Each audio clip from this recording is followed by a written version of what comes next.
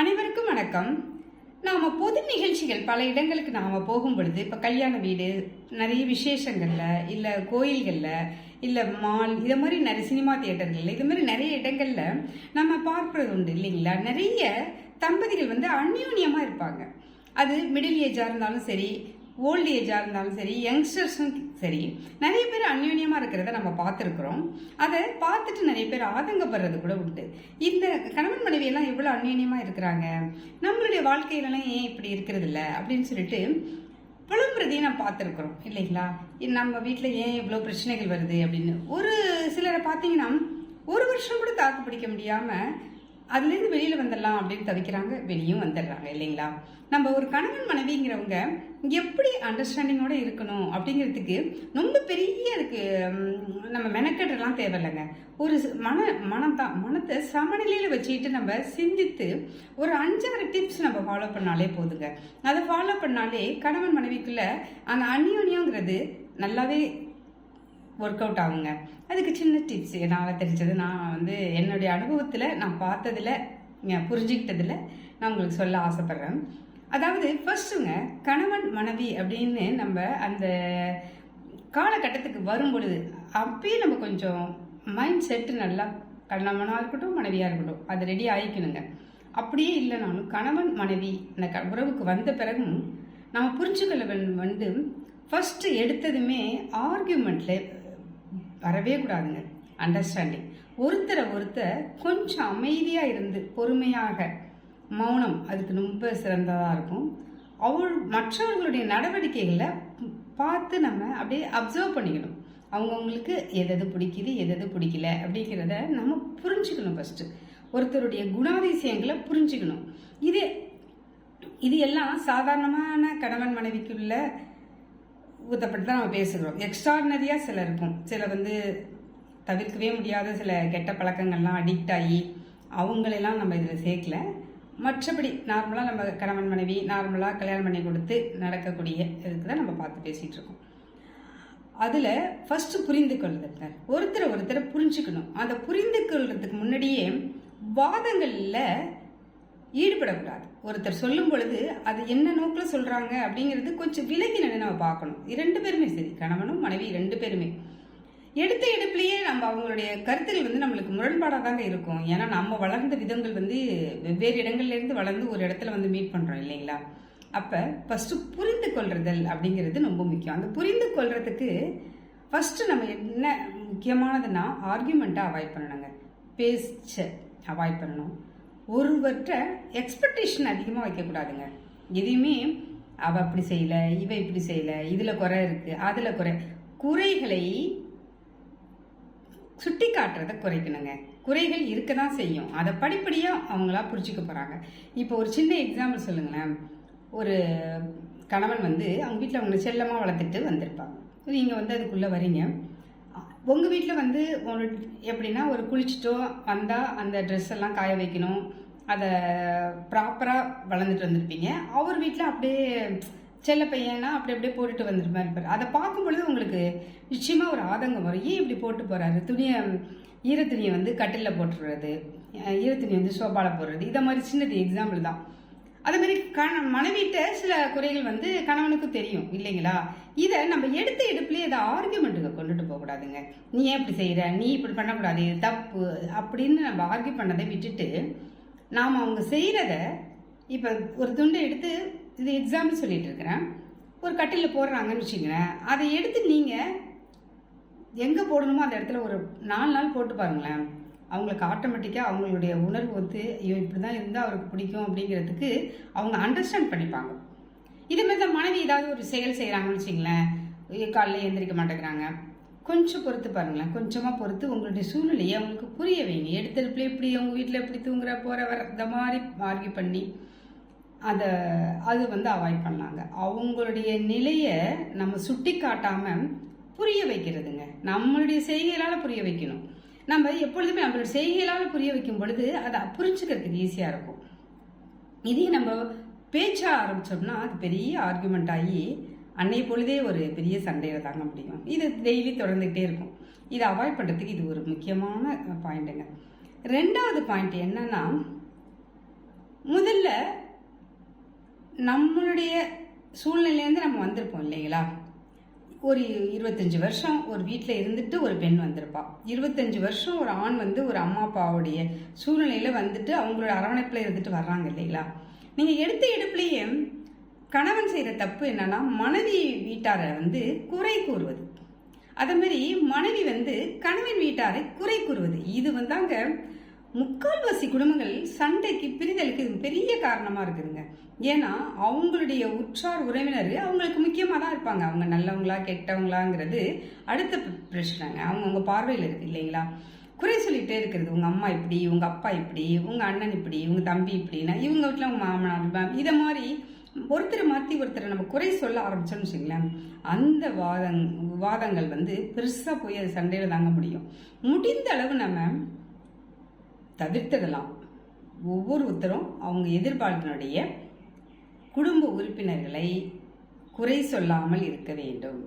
குறைகள் கண்டா கூட கண்டும் காணாமல் பட்டும் படாமலும் சொல்லுவாங்கள்ல, அதை மாதிரி இருக்கிறது வந்து உறவுல நெருக்கம் வர்றதுக்கு அதிகமாக இருக்குங்க. நீங்கள் உங்களுக்கு பிடிக்கவே இல்லைன்னா கூட அதை வந்து கொஞ்சம் கண்ட்ரோல் பண்ணிங்களேன். அதை குறைகள் சொல்லாமல் இருந்து பாருங்க. ஒரு கணவன்ட்ட அவங்க அம்மா இப்படி பண்ணிட்டாங்க, அவங்க அப்பா இப்படி பண்ணிட்டாங்க, இதை சொல்லிட்டாங்க, டைரெக்டாக நீங்கள் கேட்டுட்டு அதுக்கு வந்துட்டா கூட பிரச்சனை இல்லை. அதை வந்து இவர்கிட்ட சொல்லி அதை அவர் எங்கள் அம்மா இப்படி சொல்லிட்டா அப்படி சொல்லிட்டேன்னு இவங்க வந்து உங்கள் அம்மா வீட்டில் அப்படி போனோம், உங்கள் அம்மா இதை சொன்னாங்க இதை சொன்னாங்க, இது ஒரு 2வது காரணங்க. இதை வந்து நீங்கள் தவிர்த்துட்டீங்கன்னு வச்சிங்களேன், உங்களை மாதிரி ஒரு அண்டர்ஸ்டாண்டிங் பீப்புள் யாருமே இருக்க முடியாது. உங்கள் குடும்பத்தை நீங்கள் எப்படி நேசிக்கிறீங்களோ அது மாதிரி அவங்க குடும்பத்தை நேசிக்கணும். ஆனால் அதனால் உங்களால் முடியலன்னா கூட கொஞ்சம் அமைதியாக இருக்கலாம். அதை கொஞ்ச நாள் அமைதியாக இருந்து பாருங்களேன். உங்களுக்காகவே அவங்க ஃபேமிலியை பற்றி நீங்களும் அவங்க ஃபேமிலியை பற்றி புரிஞ்சுக்கிட்டு ஒரு அண்டர்ஸ்டாண்டிங்குள்ளே வந்துடுங்க. இது ஒரு 3வது நிறைய குடும்பங்களில் நடக்கிறதுங்க. ஏன்னா பெண்கள் எல்லாம் இப்போ ரொம்ப செல்லமாக வளர்த்துட்டாங்க இல்லைங்களா? அப்போ கல்யாணம் பண்ணி அங்கே போகும் பொழுது ஒரு தாயானவள் வந்து ரொம்ப பயப்படுவாங்க. நம்ம மனைவி நம்மளுடைய மகள் வந்து அங்கே போய் எப்படி குடும்பம் நடத்துவா, அவங்க வீட்டில் உள்ளவங்க நம்மளை கவனிச்சுக்கிறாங்களா, சாப்பிட்டாளா இல்லையோ, இப்போ சாப்பிட்டாளா, இந்த பதட்டம் எல்லா பெண்களுக்கும் இருக்கிறது தான். அதை வந்து தன்னுடைய ஃபோன் பண்ணி, அந்த காலத்துலலாம் ஃபோன் கிடையாதுங்க, அதனால பொண்ணு வந்து சொன்னாலாம். இப்போ ஃபோன் ஃபெசிலிட்டிஸ் இருக்குல்ல, உடனுக்குடன் தெரிஞ்சுக்க ஆசைப்படுறாங்க. காலையில் சாப்பிட்டுச்சா, மத்தியானம் சாப்பிட்டுச்சா, வீட்டில் என்ன சொன்னாங்க, இதெல்லாம் அது பெரிய சண்டைக்கு காரணமாக இருக்குங்க. கல்யாணம் பண்ணி கொடுத்துட்டு ஒரு மருமகன் இப்படி தான் அப்படின்னு கொஞ்சம் புரிஞ்சுட்டு அந்த ஃபேமிலியை புரிஞ்சுட்டு அந்த பொண்ணை அதுக்குள்ளே விட்டு அது போக்கில் மாறி வரத்துக்கு நம்ம கொஞ்சம் அந்த பெற்றோர்கள் வந்து கையில் இருக்குங்க. அதை வந்து கொஞ்சம் விலகி நின்று அவங்க பார்க்கணும். விலகி நின்று பார்த்தோம்னா அந்த பெண்களாக அதில் அடிபட்டு அவங்க மாறுவாங்க. அவர்களாக வந்து சொல்லாட்டினா கூட நீங்களாக போய் இதை தான் ஒரு மனைவி என்ன பண்ணணும், ஒரு பெண் என்ன பண்ணணும்னா, நீங்கள் பெரிய பிரச்சனை அங்கே இருந்துச்சுன்னா நீங்கள் சொல்லி அதுக்கு சொல்யூஷன் தேடலாம். ஒன்றுமே இல்லை, சின்ன விஷயம், என்னை இதை சொல்லிட்டாரு, எங்கள் மாமியார் இதை பண்ணிட்டாங்க, என்னை இன்றைக்கி தெருக்கூட்ட சொன்னாங்க, என்னை வந்து சமைக்க சொன்னாங்க, எனக்கு வந்து சாப்பாடு சரியாக கொடுக்கல, இதை மாதிரி சின்ன சின்ன ஒரு அல்ப சண்டைன்னு சொல்லுவாங்கள்ல, அதெல்லாம் போய் கம்ப்ளைண்ட்டாக கொண்டுட்டு போய் உங்கள் பெற்றோர்கள் கொடுத்தீங்கன்னா அவங்க மன உளைச்சலுக்கு ஆளாகி அவங்க உங்களுக்கு ஒரு கருத்து சொல்லி கொடுப்பாங்க. அந்த கருத்தை நீங்கள் எடுத்து இங்கே வந்து ஃபாலோ பண்ண பார்ப்பீங்க இல்லைங்களா? அதுதாங்க பிரச்சனைக்கு பெரிய காரணம். ஃபர்ஸ்ட் அதை அவாய்ட் பண்ணணும். அதுமாரி கணவனும் அப்படி தான். மனைவி வேற ஒரு இடத்துலேருந்து இங்கே வந்திருக்காங்க இல்லைங்களா, அதை அவங்க அடாப்ட் ஆகிறதுக்கு கொஞ்சம் நாள் ஆகும். உங்கள் அம்மா அப்பா உங்கள் மனைவியை பற்றி குறை சொல்லும் பொழுது அதை நீங்கள் அந்த குறைகளை உடனே எங்கள் அம்மா அப்பா சொல்லிட்டாங்கன்ட்டு வந்து உங்கள் மனைவிட்ட உடனே கேட்டு அதை சண்டையாக்குறீங்க பார்த்தீங்களா, அதை அவாய்ட் பண்ணணுங்க. உங்கள் அம்மா அப்பாங்கிறவங்க அவங்க ஏஜுக்கு குறை சொல்லலாம் கூட, நீங்கள் காதில் வாங்கிட்டு நம்ம மனைவி எப்படி இருக்கணும் எப்படி செய்யணுங்கிறத உங்கள் வழியில் நீங்கள் வேறு மாதிரி அதை சொல்லலாமா ஒழிய, அம்மாட்ட நீ எப்படி நடந்துக்கிட்ட, அப்பாட்ட எப்படி நடந்துக்கிட்ட, நீ இதை செஞ்சுருக்கணும் அதை போயிருக்கணும்னு நீங்கள் அங்கே உங்களுக்கு வீட்டாருக்காக நீங்கள் இவங்கள்ட்ட வாதாட வந்தீங்கன்னு வச்சிங்களேன், அதுங்க ஒரு அண்டர்ஸ்டாண்டிங் போச்சுங்க. இந்த 3 பாயிண்ட் தாங்க லைஃப்பில் ஒரு கணவன் மனையும் ஃபஸ்ட்டு ஒருத்தர் புரிஞ்சு அந்த லைஃப்குள்ளே இன்வால்வ் ஆகி கொண்டு வரதுக்கு ரொம்ப முக்கிய காரணம் இது 3 தாங்க. இது 3 கரெக்டாக அமைஞ்சிச்சுன்னு வச்சுங்களேன், அடுத்தடுத்ததெல்லாம் ரொம்ப ஈஸியாக அப்படியே லைஃப் வந்து செட் ஆகிடுங்க. ஒன்று, இன்னும் கணவனும் மனைவியும் சொல்லி சின்ன சின்ன பாராட்டுகள் ரொம்ப முக்கியங்க. கணவன் செய்கிற விஷயங்களை மனைவி பாராட்டுறதும், மனைவி செய்கிற சின்ன சின்ன விஷயங்களை பாராட்டுறதுன்னு ரொம்ப முக்கியம். அங்கே ஈகோ இருக்கக்கூடாதுங்க. நீ என்ன பெருசு, உன்னை விட பெருசா, நான் தான் செய்வேன், எனக்கு தான் தெரியும் அப்படிங்கிற அந்த ஈகோவை வெளியில் உங்கள் ஆஃபீஸ்லேயோ உங்கள் ஃப்ரெண்ட்ஸ்டையோ வச்சுக்கோங்க. கணவன் மனைவிக்குள்ளே வச்சுக்காதீங்க. நீ தான் பெருசு, நான் தான் பெருசுன்னம்னா அங்கே நிச்சயம் செட்டே ஆகாதுங்க. ஒரு சின்ன சின்ன பாராட்டுங்க. ஏன் பாராட்டுறதுக்கு என்ன, சமையல் நல்லா இருக்கு, ஏங்க நீங்கள் நீ காய்கறி வாங்கிட்டு வந்தது நல்லா இருக்கு, நீங்கள் நீ போட்டிருக்க ட்ரெஸ் நல்லா இருக்குங்க. ஏன் மனைவியை வந்து கணவனை சொல்லக்கூடாதா? நீங்கள் கணவனை வந்து உங்களை சொல்லணும்னு நீங்கள் எதிர்பார்க்குறீங்களே, அதே மாதிரி கணவனும் இந்த ட்ரெஸ் நல்லா இருக்குங்க, இதை போட்டுங்க, இப்படி பண்ணீங்க, அவங்கள என்கரேஜ் பண்ணுங்களேன். எங்க நீங்கள் நல்லா இன்னைக்கு வண்டி ஓட்டுனீங்க, நல்லா இது செய்கிறீங்க அப்படின்னு சொல்லி பாராட்டுங்களேன். இன்னைக்கு வாங்கி கொடுத்தது நல்லா இருக்குங்க. ஆனால் இந்த பாராட்டுதலே இருக்க மாட்டேது. எனக்கு நீ ஏதாவது ஒரு gift கொடுத்தா கூட இது நல்லா இல்லை, இது எனக்கு பிடிக்கவே பிடிக்காதுன்னு மூஞ்சில் அடித்த மாதிரி சொல்கிறவங்க நிறைய பேர் இருக்காங்க. அது உங்களுக்கு பிடிக்குதோ பிடிக்கலையோ, ஆரம்ப காலகட்டங்களில் அதை இன்வால்மெண்ட்டு ரசித்து அதை வாங்கி அதை அனுபவிச்சு பாருங்களேன். அவங்களுக்கு இன்னும் கொஞ்சம் நிறைய உங்களுக்கு செய்யணும் அப்படின்னு என்ன வரும். நீங்கள் எடுத்தெடுப்புலேயே எனக்கு பிடிக்காது, இதை நான் போட மாட்டேன் வரமாட்டேன் அப்படின்னு ஒரு ஆரம்பிச்சிங்கன்னா அடுத்தது உங்களுக்கு செய்கிறதுக்கு உங்களுக்கு மனசும் வராது. இது ஒரு காரணங்க. அப்புறம் உங்களுக்குள்ள எந்த மனக்கசப்புகள் இருந்தாலும் அதை ஒரு தேர்ட் பர்சனுக்கு நேராக அந்த ஆர்கியூமெண்ட்டாக கொண்டுட்டே போகாதீங்க. உங்களுடைய மனைவியோட குறைகளை ஒரு மூணாவது மனுஷாளுக்கு நேராக சுட்டி காட்டி பேசுறது. என்ன கத்துற, சில பேர் அதெல்லாம் செய்வாங்கங்க, அதட்டுவாங்க, திட்டுவாங்க. இதுக்கு எந்த ரைட்ஸுமே உங்களுக்கு கிடையாதுங்க. மனைவியை நீங்கள் வந்து பப்ளிக் பிளேஸில் திட்டுறதுக்கு எந்த உரிமையும் உங்களுக்கு கிடையாது. கணவனை பப்ளிக் பிளேஸில் பேசுறதுக்கு உங்களுக்கு எந்த உரிமையும் இல்லைங்க. அவங்கவுங்களுக்குன்னு ஒரு செல்ஃப் ரெஸ்பெக்ட் இருக்குல்லங்க, அதை வந்து நம்ம ஃபாலோ பண்ணணுங்க. முக்கியமாக செல்ஃப் ரெஸ்பெக்ட் வந்து ரொம்ப முக்கியம். அதுக்கு வந்து நம்ம கூட இருக்கிறவங்க, நம்ம பார்ட்னர்ஸ் வந்து அதுக்கு வந்து கோஆப்ரேட் பண்ணணுங்க. சில இடங்களில் பார்த்தீங்கன்னா பப்ளிக் பிளேஸ்லேயே 2 பேர் சண்டை போட்டுப்பாங்க.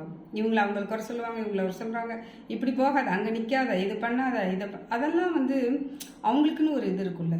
இதில் வந்து தலையிடுறது ரொம்ப முக்கியமான பாயிண்ட்டுங்க. அதுபடி இல்லாமல் சில ஆண்கள் பார்த்தீங்கன்னா பெண்களை கண்ட்ரோல்குள்ளேயே வச்சுக்கணும்பாங்க.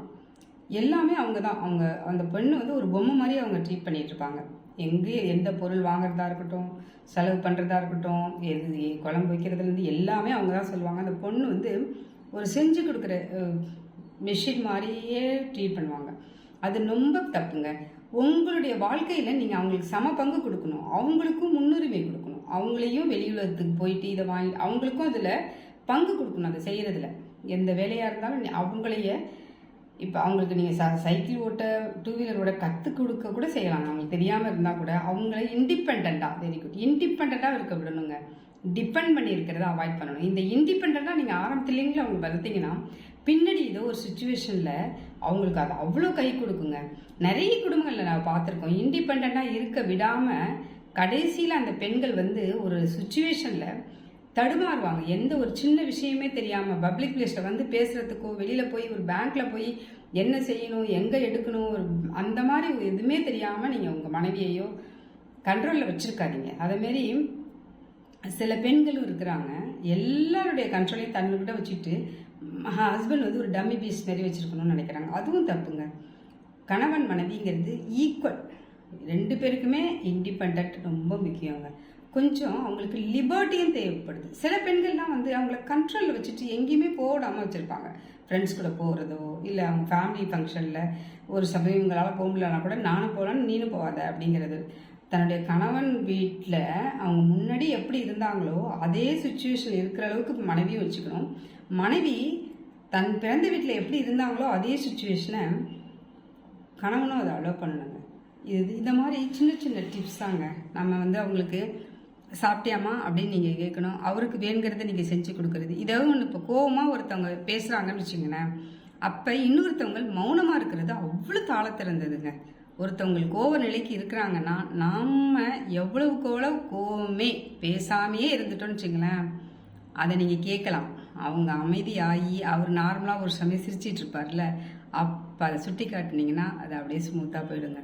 அதேமாரி தான் கனவி கோவமாக கத்துறாங்க அப்படின்னா, அவள் தானே கத்துறா, இப்படி தான் அவள் கத்துவா, அப்புறம் நார்மலாக ஆகிடுவா அப்படின்னு சொல்லிட்டு நீங்கள் ஒரு அமைதியாக இருந்தீங்கன்னு வச்சுங்களேன், அந்த ஸ்மூத்தாக போயிடும். நீ என்ன எப்படி சொல்லலாம், நான் போகலாம், நீ என்ன இப்படி சொல்லிட்டியா அப்படின்னு இப்படியா வாக்குவாதம் ஆரம்பிச்சுன்னா அது ஒரு சண்டையா அப்படிங்க. இதே மாதிரி சின்ன சின்ன டிப்ஸ்க்கெல்லாம் பார்த்துட்டிங்கன்னா கணவன் மனைவிக்குள்ளே அந்யோன்யம் தானாக வருங்க. உங்கள் வாழ்க்கையும் இனிமையாக இருக்கணும்னா இந்த மாதிரி சின்ன சின்ன டிப்ஸை ஃபாலோ பண்ணி தான் பாருங்களேன், வாழ்க்கை இனிக்கும். நன்றி, வணக்கம்.